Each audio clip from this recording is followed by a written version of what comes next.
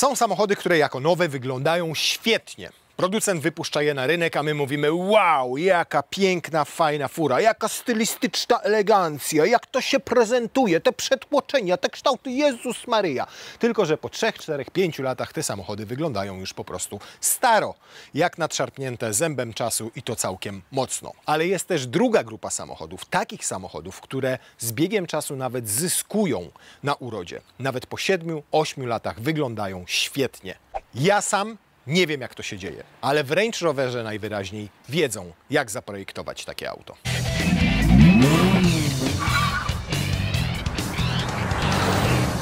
Po raz pierwszy zaprezentowano go 1 marca 2017 roku, czyli 7,5 roku temu. Gdzie?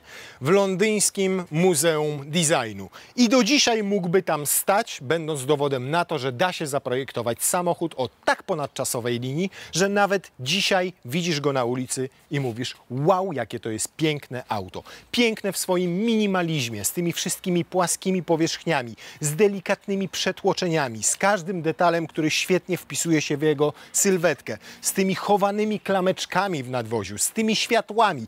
Był tak doskonały stylistycznie, że kiedy przeprowadzano jego facelifting, tak, bo Velar miał facelifting, to mało kto ten facelifting zauważył i sprowadził się on do naprawdę detali. Zmieniono na przykład atrapę tutaj, tą chłodnicy. Teraz bardziej ona przypomina te nowe, duże Range'e. Natomiast cała reszta zderzaka pozostała w zasadzie niezmieniona.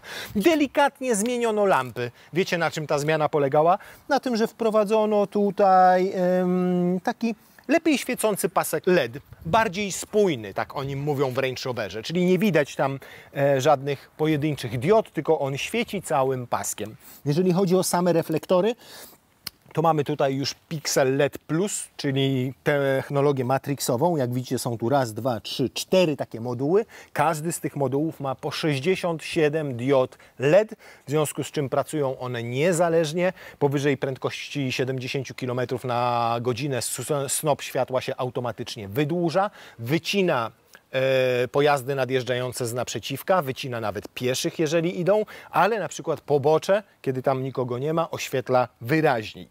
Co jeszcze się zmieniło? W samej sylwetce absolutnie nic. Nadal mamy 4,80 m długości Velara, to oznacza, że jest 5 cm dłuższy od BMW X3, bo to jest ten segment, i 10 cm dłuższy niż Mercedes GLC.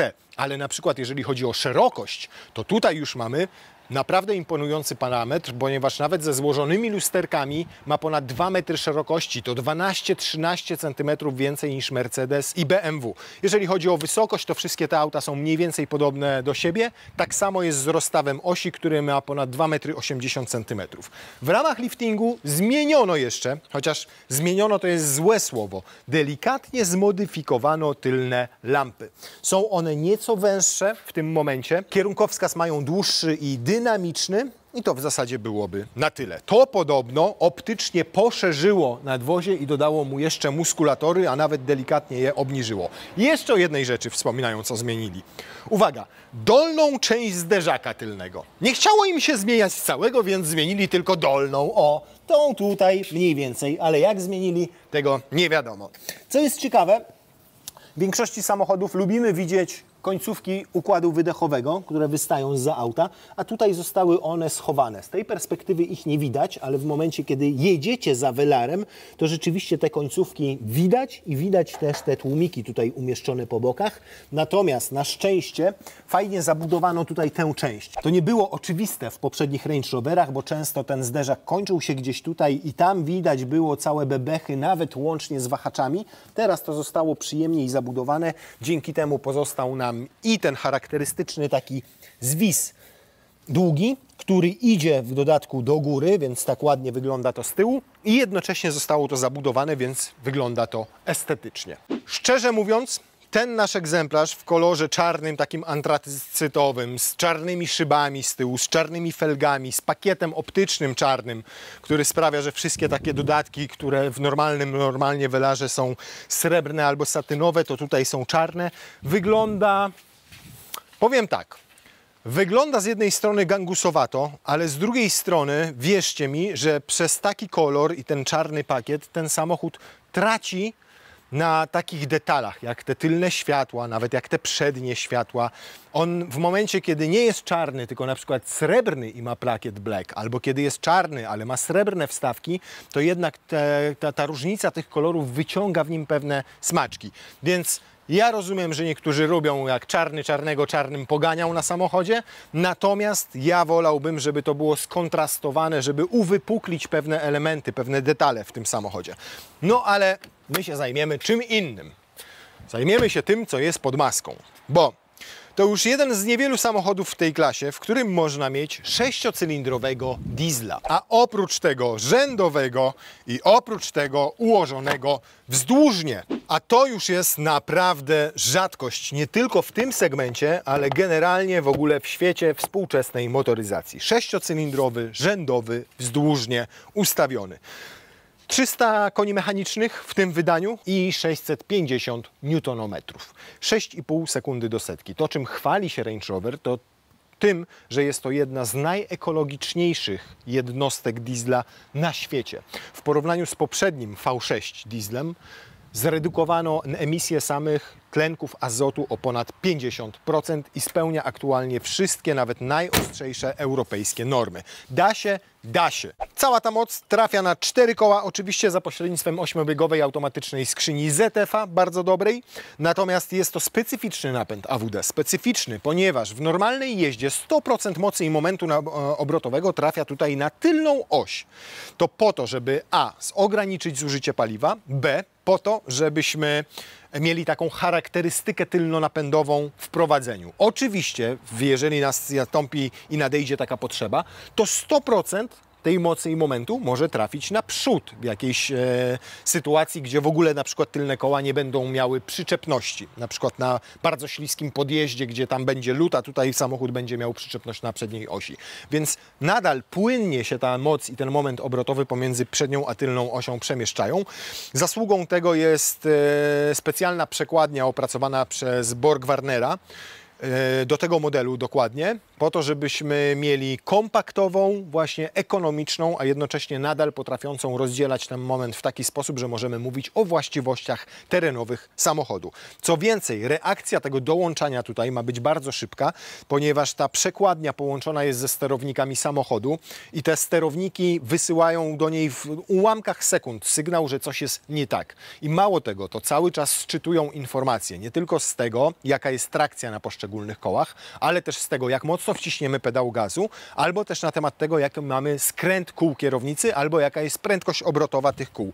Gromadzi wszystkie te informacje sterownik, na bieżąco w czasie rzeczywistym wysyła do przekładni, a przekładnia decyduje, gdzie, na które koło, na którą oś kieruje więcej mocy i momentu obrotowego. To niesamowite. To, co jeszcze wyróżnia Velara na tle konkurencji, czyli na przykład tego wspomnianego GLC albo BMW X3, to jest zawieszenie. Ponieważ standardowo mamy tutaj oczywiście klasyczne zawieszenie, ale w naszej wersji mamy pneumatykę. Różnica pomiędzy najbardziej opuszczonym, a najbardziej podniesionym trybem to jakieś 10 cm. Przy czym normalnie on jest takim neutralnym, czyli plus minus 5 cm. Jak osiągniemy powyżej 105 na godzinę, to automatycznie obniża nam się o centymetr na drodze, a tak to możemy sobie na przykład włączać tryby terenowe i wtedy nam się podnosi. I jak maksymalnie go podniesiemy w trybie offroadowym, to głębokość brodzenia w takim SUV-ie, który wygląda jak bulwarówka do jeżdżenia po Placu Trzech Krzyży i szpanowania, wynosi tyle. Zobaczcie, 58 cm, to dotąd będzie zakryte wtedy koło. Kurna, ile on w górę jedzie. I teraz dobrze widzicie, jak zmieniła się przestrzeń tutaj pomiędzy oponą a nadkolem. Jest to wyraźna różnica. Niemniej tak po ulicach nie pojeździcie, ponieważ on się wtedy automatycznie obniży powyżej pewnej prędkości, więc to jest normalny tryb, a taki to jest tryb dostępu. I jak sobie ten tryb dostępu ustawicie tutaj automatyczny, to za każdym razem, kiedy samochód zaparkujecie, wyłączycie, to samochód w tym trybie dostępu będzie. Ale ja sobie go podniosę na normalny, a co? Ja lubię, jak jest taki normalny. 552 litry. Tyle według danych technicznych ma bagażnik i rzeczywiście jest dosyć długi, natomiast ma niewielką wysokość, jest dosyć płytki. Tutaj pod spodem mamy, o, jaki duży schowek. Tu miejsca, panie, jeszcze jest na 2 albo 3 plecaki.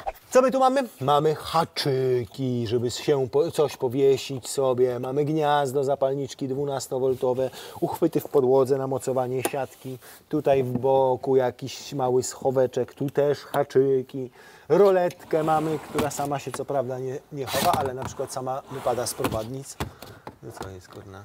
Jak z walizkami? Z walizkami jest tak. I jeszcze z boku wejdzie bez problemu nam druga. Więc 2 duże walizki wchodzą. Tutaj na górze jeszcze zostaje trochę tej przestrzeni, ale niezbyt dużo, więc łatwiej nam będzie to zapakować zdecydowanie walizkami kabinowymi albo jakimiś miękkimi, tudzież średniej wielkości, a nie takimi największymi, bo te są największe. Każda z nich ma około 150 litrów pojemności. Ale i tak jest dobrze, ponieważ w niektórych samochodach takie 2 walizki obok siebie nie chcą wejść. A, jeszcze jedna rzecz, i o niej musimy powiedzieć, bo te walizki weszły nam w tym momencie w opcji, gdy całkowicie są pochylone i maksymalnie oparcia tylnej kanapy. A tutaj można je elektrycznie sobie spionizować, o i wtedy różnica wynosi tyle. I co teraz? I teraz pytanie, czy nam się klapa zamknie? Jakbyśmy chcieli jechać z nieco większym Majdanem. Proszę. I tu wtedy bez problemu jeszcze 3. walizka i jeszcze jakaś drobnica też nam wchodzi. Proszę bardzo. Bez najmniejszego problemu. Jeszcze tam jest trochę przestrzeni. I mało tego, jest nie tylko trochę przestrzeni, ale tutaj ta część zabezpiecza szybę przed uderzeniem tych walizek. Oczywiście to też można zdemontować, ale moim zdaniem wcale nie ma takiej potrzeby. Obniżamy się. O, i teraz to je wygodnie. O, jaki przyjemny ten zagłówek, jaki mięciutki. I skrzydełka można zrobić. To fajne. O tak. O, to przyjemne, to fajne, to miłe. Zobaczymy, czy przyjemnie, fajnie i miło jest z tyłu. No rozpusty niestety tutaj nie ma, jeżeli chodzi o przestrzeń. Mogę sobie pochylić oparcie. O. Natomiast niestety na kolana tego miejsca nie ma tutaj zbyt dużo. W momencie, kiedy tam siedzi taka rosła osoba jak ja i chce jechać komfortowo i wygodnie, to za nią wygodnie będą miały tylko dzieci. Inaczej sytuacja wygląda, kiedy ktoś tam ma 1,80 m, tu ma 1,80 m, to rzeczywiście tej przestrzeni będzie znacznie więcej. Na nogi mam mnóstwo miejsca, fotel jest całkowicie opuszczony, w sensie na stopy, na kolana znacznie mniej, na głową nie mam na co narzekać. Nawet biorąc pod uwagę fakt, że mamy tutaj szklany dach, no to i tak jest tutaj petarda, jeżeli chodzi o miejsce nad głową. O, jeszcze jak wysunę sobie, proszę, zagłóweczek, to jest spoko i ta pozycja rzeczywiście jest dosyć wygodna. Samo siedzisko jest wysoko umieszczone, więc mam podparte dobrze uda, mam tutaj miejsce na łokieć i jeżeli chodzi o przestrzeń, tutaj to jest w porządku, najbardziej cierpią moje kolana. Jest podłokietnik, ma otwarte otwory na kubek, ale przynajmniej w taki sposób ma otwarte, że są wertykalnie, a nie horyzontalnie. To nieważne, są tak, a nie tak, w związku z czym jest też miejsce na łokieć. Gniazda USB-C w przedziwnym miejscu umieszczono, bo są tutaj. Pierwszy raz widzę, żeby tak były umieszczone gniazda USB-C. Zazwyczaj są gdzieś tutaj w konsoli środkowej, a tutaj mamy je w tym środkowym podłokietniku. Natomiast może mieć to swoje zalety w momencie, kiedy mamy na przykład krótki kabel, to stamtąd może być nam niewygodnie, będziemy go ciągnęli, a tutaj w tym miejscu z pewnością nam starczy. Jest gniazdo zapalniczki, jest 4-stryfowa klimatyzacja. I ta klimatyzacja ma 2 bardzo fajne funkcje. Pierwszą funkcję to ma oczyszczania nawet z cząstek stałych PM2,5, czyli o wielkości 2,5 mikrometra. To jest 3% grubości włosa. I w momencie, kiedy na przykład otworzymy szybę jadąc przez miasto i wpadną do środka nam spaliny na przykład ze starego autobusu, to ta klimatyzacja z automatu wyczuje te cząsteczki PM2,5 i zacznie filtrować powietrze będące w kabinie, czyli zasysać je i wprowadzać czystsze. Będzie przepuszczała je przez filtr i wyrzucała do środka czystsze. Drugi czujnik, jaki ma, to ma czujnik dwutlenku węgla. Czyli w momencie, kiedy jadą 4 osoby, kiedy na przykład jest włączony obieg wewnętrzny, i wyczuje, że stężenie dwutlenku węgla w kabinie jest zbyt wysokie, to automatycznie zacznie wpuszczać świeże powietrze z zewnątrz. Oprócz tego ma jeszcze trzecią fajną funkcję, czyli jonizacji. A to oznacza, że ta jonizacja zabija bakterie, wirusy krążące w powietrzu, więc może się zdarzyć, że jadąc welarem przez miasto, w środku będziecie mieli znacznie czystsze powietrze niż to, które jest na zewnątrz. No i jeszcze jedna rzecz, którą trudno pominąć, to jest jakość wykonania. W tej klasie samochodów podziało się już niestety tak, że oszczędności, albo wegańskie tapicerki, albo zastępujemy plastikiem niektóre elementy. A w przypadku Velara naprawdę pod tym względem przede wszystkim ten samochód odstaje od konkurencji. Ten ma nasz pakiet skórzany. Skóra na fotelach to jest tak zwana skóra Windsor. One, krowy, zanim trafiły do rzeźni, a następnie do garbarza, to sobie popijały herbatkę razem z królową. Dopiero jak wypiły herbatkę i były wypoczęte i zrelaksowane, to poszły pod nóż. I ta skóra jest nawet tutaj na boczkach. To jest skórzane, to jest skórzane, to jest skórzane. Z ładnymi przeszyciami. Plastik pojawia się dopiero tutaj, w tym miejscu. I naprawdę wykończenie tego wow. Po prostu wow, a z przodu jest jeszcze lepiej. Bo nawet zobaczcie, to wszystko jest tutaj skórzane. To jest żaden jakiś artificial material, tylko to ma przeszycia. To jest ładne, przyjemne, pachnące w dotyku. Tu nawet jest, tu jest wszędzie skóra. Ja pierniczę. Troszkę drażni mnie osłona głośnika systemu Meridian, bo ten nasz ma 17 głośników, to jest ten 3D, a jest jeszcze wyższy, który ma ponad 20 głośników, 720 W i aż by się prosiło, żeby przecież to było na przykład w takim kolorze. Dlaczego to do wafla jest takie ciemne, nijakie, brzydkie i psuje ogólny odbiór wnętrza? No jakby to przecież było z takiej satynki, od razu inaczej by wyglądało. Swoją drogą kawał solidnej klamki. To, co chciałem powiedzieć, to zobaczcie, jeszcze rzadko w tej klasie samochodów możemy mieć na przykład masaże, tak jak w tym wypadku. Rzadko jest tak obszerna możliwość ustawień fotela kierowcy, bo tutaj mam niezależnie oczywiście siedzisko i oparcie, ale oprócz tego jeszcze pompowane boczki. Oprócz tego mogę sobie elektrycznie wydłużyć tutaj podparcie pod uda albo schować, a nie manualnie. I jeszcze mam wentylację fotela i kierowcy, i fotela pasażera. Tu mam taki skrót do tego, a jeżeli nie chcę korzystać z skrótu, to mogę sobie wejść gdzieś, o, tutaj na przykład, i mam tę wentylację. Lubię ten minimalizm w range'ach, w każdym. Te gładkie, proste linie, które się nie starzeją. Jakość tego wykonania, o której już mówiłem. To, że to są naturalne wstawki. Tutaj mamy taki ciemną grafitową, ale nie wiem, co to jest. Natomiast w większości przypadków one są prawdziwe, czyli na przykład drewniane, stalowe. Tutaj jest trochę tego piano po bokach, ale akurat jak jego jest tak niewiele, to mi nie przeszkadza. To, co mi przeszkadza, to to, że w tym minimalizmie zapomniano całkowicie już o klasycznych przyciskach i pokrętłach. Tu tylko na tej wyspie jest wybierak biegów. I to absolutnie wszystko. Bo resztą od klimatyzacji przez systemy multimedialne, a na sterowaniu trybami jazdy już z ekranu możecie to tylko zrobić. I to ja wiem, że takie czasy, niemniej wolałem, tak jak było to przed liftingiem, czyli gdzie mieliśmy panel klimatyzacji, gdzie tymi trybami można było sterować przy pomocy przycisków albo pokręteł. Ja nie mówię, że to jest złe, po prostu ja wolałem tamto rozwiązanie. Natomiast na szczęście macie tutaj też nawet wymiary samochodu podane, proszę bardzo. 1,64 m w tym momencie, w tym ustawieniu, bo jest na wysokości do wsiadania. 4,8 długości, czyli się nie pomyliłem, 2,15 szerokości z lusterkami, 16 ma prześwitu centymetrów w tym momencie. Metry, a w stopach, proszę, w stopach byście chcieli? Proszę, wszystko podane jest w stopach, w stópeczkach, brawo, zuchy. Na szczęście można to sobie wszystko przyporządkować i pozmieniać tam, gdzie chcecie sobie poprzenosić te ikony i zrobić to po swojemu, to zrobicie. Działa to dosyć szybko, więc też nie ma najmniejszego problemu. Czujnik brodzenia jest, czujnik jakości powietrza, który już widzieliśmy. Teraz maksymalna głębokość brodzenia to 0,5 metra, 50 cm. Tryby terenowe wyświetla nawet 4x4 info, czyli możecie sobie zablokować centralny mechanizm różnicowy.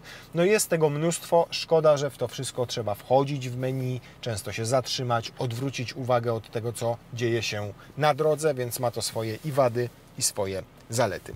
Bardzo fajne podłokietniki niezależne dla prawej i lewej strony, dla kierowcy i dla pasażera. Można w każdym punkcie go zablokować. Jak odsuniemy je do tyłu, to mamy tutaj dwa duże, naprawdę o ogromnej średnicy uchwyty na kubek. Tu jest też bardzo przyjemnie wyłożony miękkim materiałem, sympatycznym w dotyku schowek. Gniazdo USB-C. Jedno jest tutaj, drugie jest tutaj, dwa są z tyłu, razem są 4 gniazda USB-C i uwaga, każde ma moc 45 watów, a to jest w cholerę, bo to pozwoli Wam nawet laptopa naładować, a nie tylko telefon. Seryjnie w każdym jest też ładowarka indukcyjna, tam trzeba włożyć telefon i jest łatwo dostępny. Wybierak skrzyni biegów nie przeszkadza w tym, żeby go tam włożyć, wyjąć za każdym razem. Jak chcecie, możecie zamknąć, nie musicie. Tu jeszcze znalazło się takie wgłębienie na ewentualnie jakieś graty.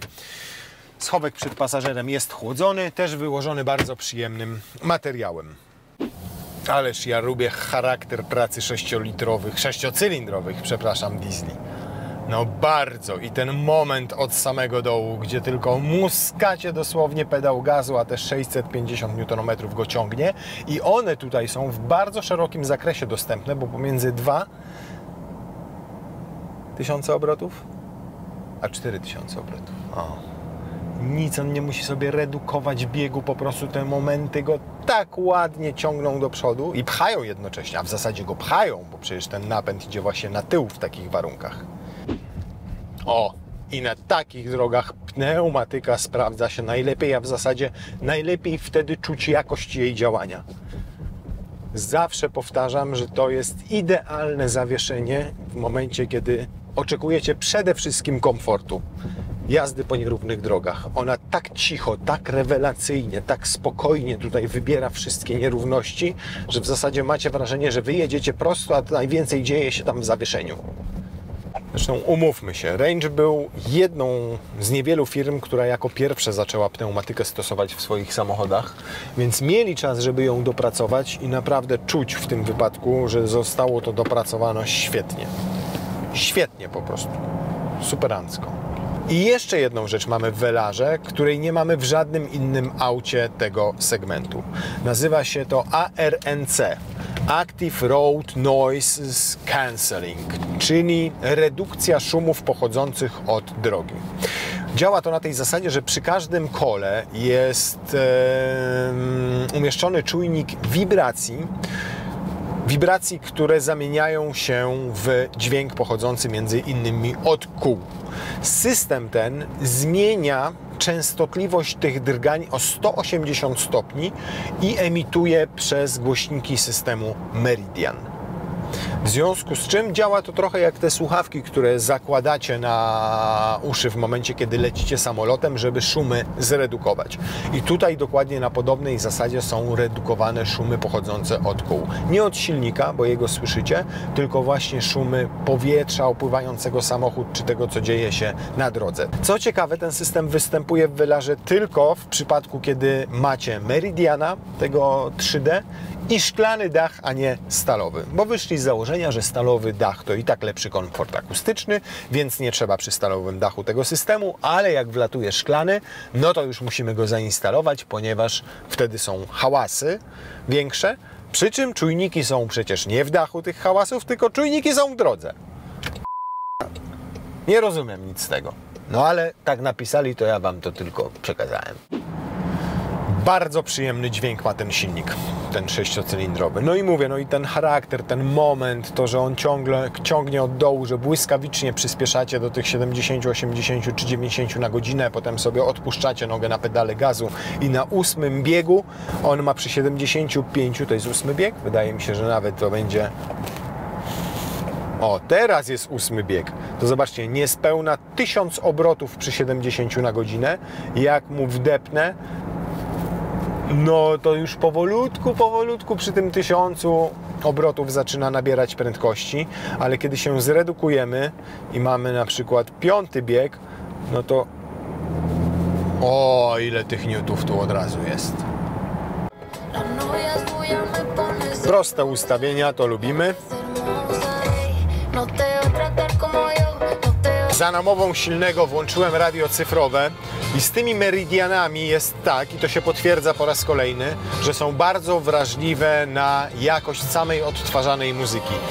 Grają zależnie od tego, jak jest nagrana muzyka i czy to jest radio cyfrowe, czy zwykłe, jaką częstotliwość próbkowania ma, a nawet audio, które odtwarzacie choćby ze Spotify'a albo z innych streamingowych rzeczy. Od tego roku te nowe multimedia Piwi Pro mają też wbudowane Wi-Fi i hotspot, czyli jak jedziecie, to możecie sobie korzystać z Wi-Fi na pokładzie samochodu, tylko trzeba tu się tam oczywiście pologować, porobić swoje, pokombinować. Mnie się nie chce tego robić. Niemniej jak macie dzieciaki, które na przykład nie mają abonamentu z pakietem komórkowym, to w takim samochodzie możecie im odpalić i uruchomić Wi-Fi sieć.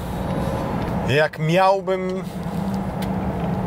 określić go jednym słowem, to bym powiedział, że jest relaksujący. I ja dzisiaj też mam taki dzień, to przyznaję bez bicia, że niewiele mi się chce, ale akurat Velarem chce mi się jechać, bo on strasznie nastraja tak do odpoczynku. Masuje mnie teraz, wentyluje, a nie, przepraszam, wentylować jeszcze mnie nie wentyluje. O ty nygusie, nie chcesz mnie wentylować? Dawaj mnie tu wentyluj, ty mnie, o ty mnie tu. O, i już mnie wentyluje mnie. I generalnie prowadzi się, powiem wam, właśnie tak zdecydowanie w stylu uspokajającym. Nawet przeczytałem w informacji prasowej, że to jest taki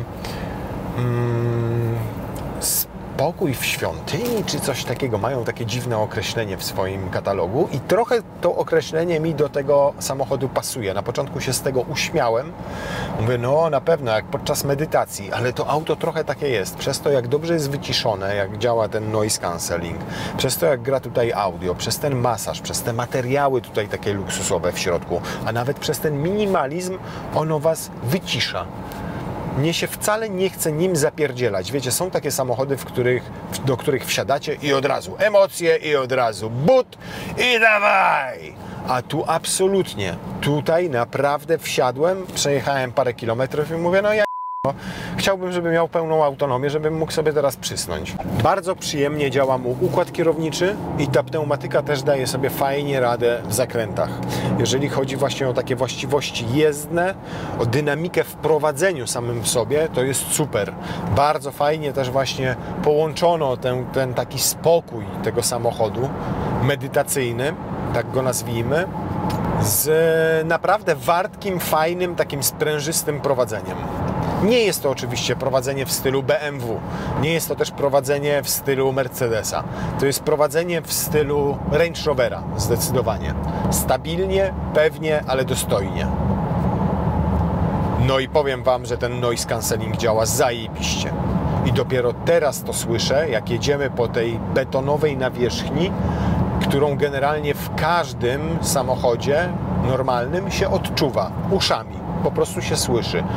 A tutaj on faktycznie tak jakby przejmował te dźwięki w tym momencie pochodzące od opon jadących po tym betonie, odwracał częstotliwość tych drgań i emitował tutaj przez głośniki oczywiście niesłyszalne dla ucha dźwięki z taką częstotliwością, że zabijają, kilują tam te hałasy zewnętrzne. I od wiatru też jest genialnie wyciszony. Nic tutaj nie słychać, żadnych szumów powietrza.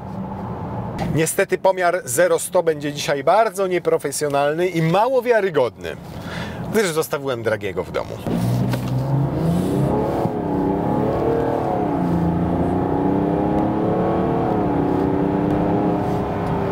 No, proszę bardzo!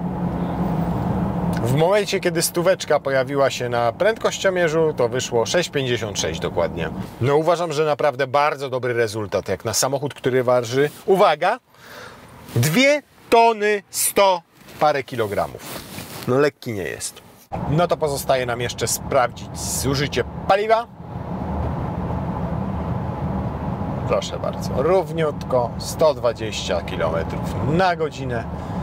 I zobaczymy, jakie tego będą efekty. No dobra, wstrzymujemy pomiary, bo wyjechała przed nami jakaś ciężarówka. Proszę bardzo, 6,5 litra, średnia 118 km na godzinę.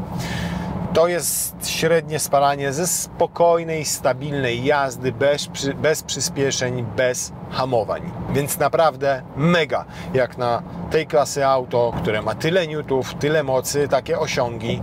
Myślę, że przy 140 możecie liczyć na wynik w okolicach 7,5-8 litrów, bo wiadomo, że już będą większe te opory powietrza, wyższa prędkość. Niemniej to i tak naprawdę bardzo satysfakcjonujący wynik. Już Range Rover duży urzekł mnie, jeżeli chodzi o silnik, dokładnie ten sam, czyli charakterystykę pracy i to, jak on się zbiera, i to, jak mało zużywa paliwa, i dokładnie to wszystko potwierdza się w Velarze. Bardzo udane silniki. Bardzo przyjemnie się tym samochodem jedzie.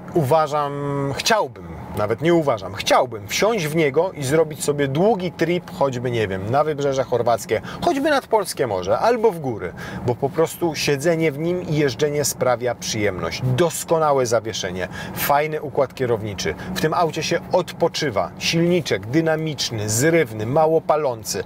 Tankujecie raz te 70 litrów paliwa, które tutaj wchodzą, i zapominacie, 66 dokładnie, i zapominacie na jakieś 700-800 km, że w ogóle musicie się zatrzymać. Wszystko, co może Was zmusić do odpoczynku i do zatrzymania się, to naprawdę albo dwójeczka. Nie wyobrażam sobie innej sytuacji. Włączacie tu muzyczkę, po prostu masażyk, wentylację fotela i jedziecie, i co najgorsze, zaczynacie przysypiać. Więc trochę ten charakter taki właśnie, jakiego przed chwilą doświadczyłem w tym samochodzie, kłóci mi się z tym, co nam mówi Range Rover o tej tylnonapędowej charakterystyce. Oczywiście on się przyjemnie bardzo prowadzi, jedzie jak po sznureczku w zakrętach, tylko że macie w dupie to, czy on ma tylnonapędową charakterystykę. Bo w ogóle Was to nie interesuje. Wy raz w życiu wbijecie nogę w podłogę w tym samochodzie. Bo nie tak się jeździ Range Roverami. On nie ma znaczka SVR, żeby trzeba było nim i słuchać tam, jak bulgocze ta ósemka, ta V8 cudowna Supercharge. Nie! To auto koi. Ono przynosi ukojenie, przynosi odpoczynek do tego stopnia, że przed chwilą w nim ziewałem. I nawet silny zwrócił mu uwagę: ty stary, ty spać byś chyba poszedł teraz. No poszedłbym, nie przeczę, poszedłbym, ale nie pójdę, tylko Was jeszcze w teren zabiorę. Tam może tę tylno-napędową charakterystykę docenię.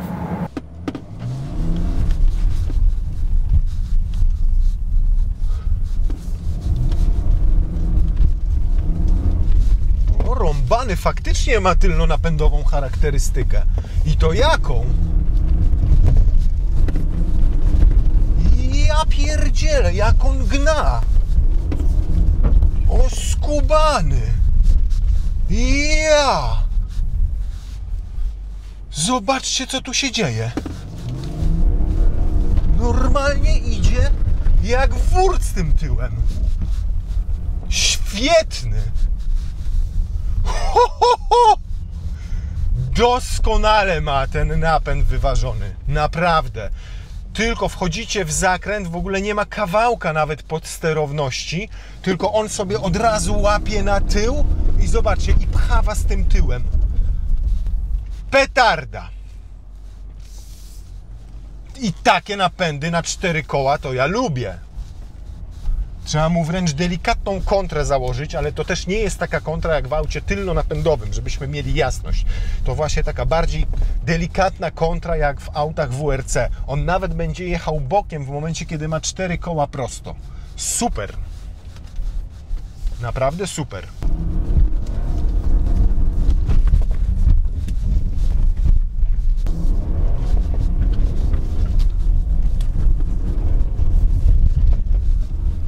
Przyhamowuję go tylko delikatnie, już jak naprawdę jesteście w długim poślizgu, to troszkę go przyhamowuję, a to przyhamowuję go z tego względu, że kontrola trakcji, że czuję, jakby stracił trochę stabilności, ale i tak bardzo długo jedzie w tym poślizgu.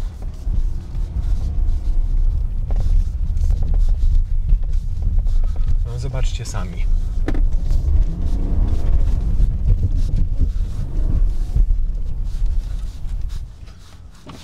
No zdecydowanie w takich warunkach czuć tę tylnonapędową charakterystykę.